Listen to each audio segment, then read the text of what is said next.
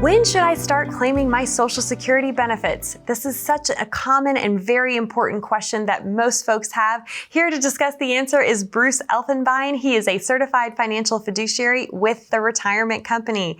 Bruce, what a loaded question. When should someone start taking Social Security? There's so much that goes into this decision. You're right. And the thing is again, I've talked about this in the past. The key to a really good retirement is guaranteed income. And for most Americans, Social Security is going to make up 40% of that guaranteed income. Right. Now, here's the thing. We make decisions based on emotions, not logic, right? What people don't realize is when you receive your Social Security benefit at your full retirement age, which for most people now is going to be 66 or 67, all right, every year you defer taking that benefit, it grows by 8%. How many places can you go where you're getting a guaranteed compounding rate of 8%, not counting any cost of living adjustments on top of that? But people do it emotionally. They say, well, when I hit 62, I'm going to take it early. Just because I can, right? Because I can, and I know the checks are smaller. But look, suppose I get hit by lightning a day before I turn 70. I lost all that money. Well, okay. I can kind of see the logic in that, but not really, right? Because, when I say, all right, so when we plan your retirement, then in other words, you only want me to plan income until 70. And I'm like, no. I think I'll live to about 95.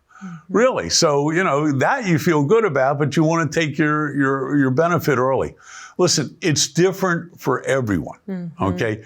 I spent a lot of time counseling government employees, and they have a pension, and they have their Social Security. A lot of times they have other accounts, and we see what we need to do to maximize them.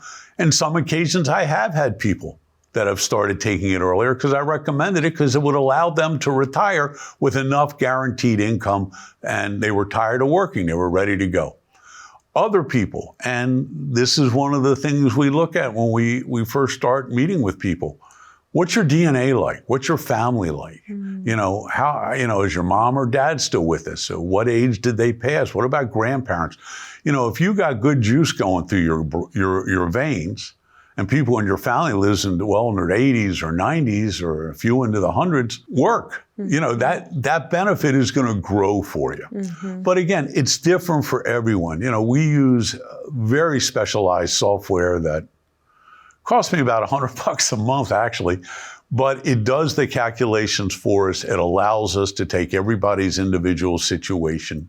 All right, here's what your Social Security benefit is. Here's what other guaranteed income is. Here's what your need is. Is there a gap? What do we have to do to fill it? And does it make sense to work another year or two? When does it make sense to defer? Everybody's different. And the only thing I can tell you is, we would have to talk, look at your situation, and make a recommendation that's specifically the best for you.